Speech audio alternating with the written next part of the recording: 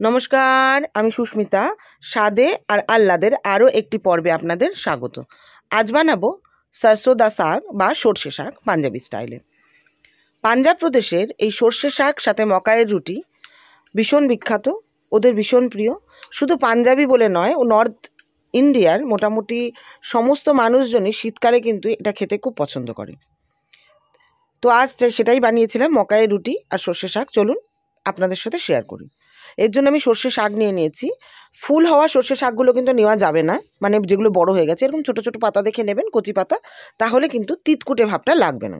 নিয়েছি কিছুটা পালং শাক আর নিয়েছি বথুয়া। বথুয়ারও পেছন দিকের শক্ত ডাঁটগুলো আমি দিইনি, পাতা আর কচি ডাঁটিগুলোই নিয়েছি।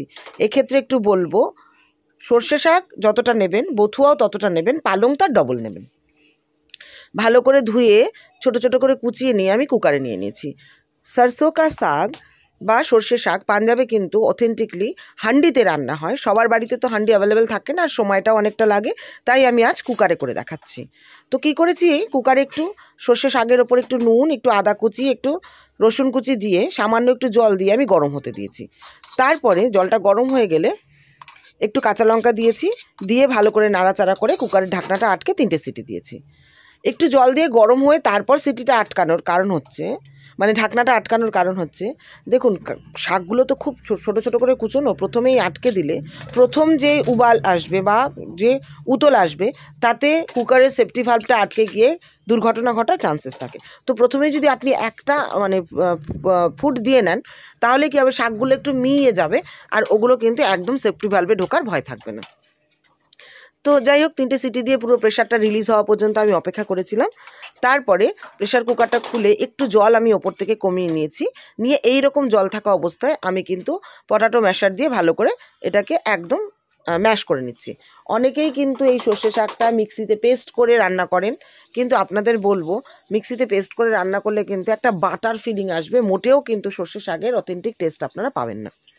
তো যার বাড়িতে ম্যাশার নেই, সেক্ষেত্রে কিন্তু কোনো গ্লাস বা বাটি যার পেছনটা একদম সমতল, সেটা দিয়ে এই কাজটা করে নিতেই পারেন।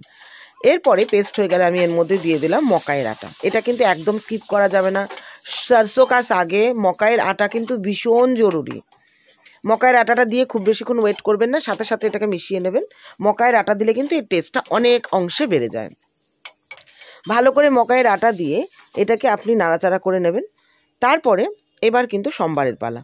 এই সরষে শাক দুবারে সোমবার হয়, একবার একটু মশলা কষের সাথে মেশানো হয়, পরের বার ফাইনালি সোমবার হয়, মানে ওরা যেটাকে ছক দেওয়া বলে। তো এর জন্য আমি নিয়ে নিয়েছি 2 চামচ মতো, টেবিল চামচ মতো ঘি। অনেকেই বলবেন এতটা ঘি খাবো, সেক্ষেত্রে বলবো ঘি দেবেন 2 চামচের জায়গায় দরকার পড়লে 1.5 চামচ দেবেন, 1 চামচ দেবেন, তবু ঘি দেবেন। এই টেস্ট কিন্তু ঘি ছাড়া আসবে না, দেশি ঘিতেই এটা রান্না হয়ে থাকে। আমি তো বলবো জেনারেলি সর্ষে শাক তো শীতের কয়েকদিনেরই অতিথি। গোটা শীতে হয়তো মানে বছরে একবারই শীত আসে, আর গোটা শীতে হয়তো 1-8 দিনই আপনি খাবেন। তো আমি বলবো ঘিতেই খান, দরকার পড়লে 4 চামচের জায়গায় 2 চামচ খান, কিন্তু অথেন্টিক উপায়ে রান্না করুন, টেস্টটা কিন্তু তাহলে অথেন্টিক আসবে। ঘিটা গরম হলে 4টে শুকনো লঙ্কা দিয়ে ভেজে নিয়েছিলাম, তার মধ্যে 2টো আমি সাজিয়ে নেওয়ার জন্য তুলে নিয়ে আর 2টো রেখে দিলাম। এরপর দিয়ে দিলাম পেঁয়াজ কুচি। কোনটা কত পরিমাণে আমি দিয়েছি, ব্যবহার করছি, সেটা কিন্তু আমি ডেসক্রিপশন বক্সে লিখে দেবো, তোমরা চাইলে একবার সেখান থেকে কিন্তু চেক করে নিতেই পারো। এরপরে পেঁয়াজটা তাড়াতাড়ি যাতে নরম হয়ে যায়, ওর জন্য দিয়ে দিলাম একটু নুন। খেয়াল রেখো, বারে বারে যেহেতু নুন দেওয়া হচ্ছে, তো নুনটা কিন্তু একটু বুঝে দিও, নাহলে পোড়া যাতে না হয়ে যায়। একটু ভাজা ভাজা হয়ে যাওয়ার পরই ওর মধ্যে দিয়ে দিলাম একটু আদা কুচি, একটু রসুন কুচি, দিয়ে নাড়াচাড়া করে এটারও মানে কাঁচা গন্ধটা চলে যাওয়া পর্যন্ত নাড়াচাড়া করে একটু ভাজা হয়ে গেলে এর মধ্যে দিয়ে দিও টমেটো। টমেটোটা ও ভাজা ভাজা করে একটু কষিয়ে নিতে হবে। যেটা বলছিলাম, এই সরসো শাক আর মকাই রুটি লেক টাউনের একটা রেস্তোরাঁয় পাঞ্জাবি থালি খাওয়ার সময় আমি খেয়েছিলাম, খুব ভালো লেগেছিলো খেতে, কিন্তু বানাতে পারি না বলে বাড়িতে কখনো ট্রাই করিনি। তো পরে যখন অফিস জয়েন করলাম, আমার এক অফিস কলিগ, নাম অমৃতা, আজকের এই রেসিপিটা তাকেই ক্রেডিট দেবো। এটা কিন্তু ওর কাছ থেকে শিখেছিলাম। সত্যি বলতে ওর কাছ থেকেও শিখিনি, ও একদিন লাঞ্চে নিয়ে এসেছিলো, খেয়েছিলাম, বলেছিলাম ভালো লেগেছে। তো ওর মা কাকিমা তাকে ও ফোন করেছিল, তিনি বলেছিলেন, তিনি বাংলা বা হিন্দি কোনোটাই খুব ভালো বোঝেন না, তো তিনি বলে দিয়েছিলেন, আর অমৃতা সেটাকে ট্রান্সলেট করে দিয়েছিল হিন্দিতে আমাকে। শুনে এসে বাড়িতে করেছিলাম, খেতে ভীষণ ভালো হয়েছিল। তো তোমাদেরও অনুরোধ করবো একবার করে দেখো, খুব ভালো লাগবে। ভিডিওতে তো স্বাদ গন্ধ কোনোটাই পাওয়া যায় না। তো অনুরোধ করবো একবার করে দেখো। আর আমার ভিডিওটা যদি ভালো লাগে তো লাইক, শেয়ার ও কমেন্ট করার অনুরোধ রইল। আর এখনও যদি সাবস্ক্রাইব না করে থাকো আমার চ্যানেলটা, তো সাবস্ক্রাইব করে বেল বাটনটা প্রেস করারও কিন্তু অনুরোধ রইল। দেখো কথা বলতে বলতে মশলা কষে গেল। তোমাদের বলা হয়নি, টমেটোটা নরম হয়ে যাওয়ার পরই ওর মধ্যে দিয়েছিলাম একটু হলুদ আর দিয়েছিলাম একটু ধনের গুঁড়ো। এখানে কিন্তু জিরের গুঁড়োর কোনো প্রয়োজন নেই, ধনের গুঁড়োটাই দিতে হবে।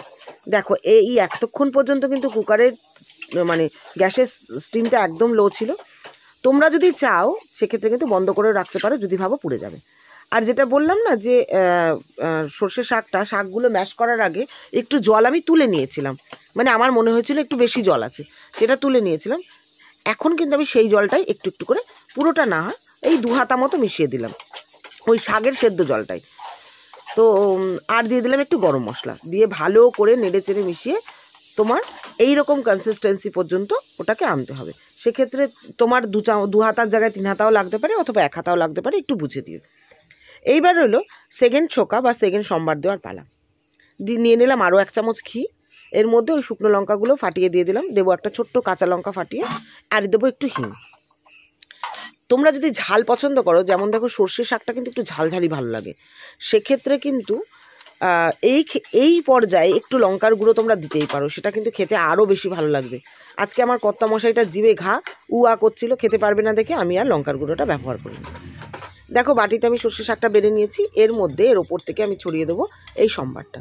ভিডিওর প্রথমেই যেটা দেখলে, একদম সার্ভ করার আগে এই সম্বারটাকে ভালো করে চামচ দিয়ে নেড়ে চেড়ে মিশিয়ে নিয়ে তারপর তোমরা সার্ভ করো। রুটি বা পরোটার সাথে দিতেই পারো, তবে মাকাইয়ের রুটির সঙ্গে এটা খেতে অনবদ্য লাগে। তবে ভাতের সাথে দিও না প্লিজ, ভাতের সাথে ভালো লাগবে না। রুটি, পরোটা বা মকাই রুটির সঙ্গে সার্ভ করতেই পারো।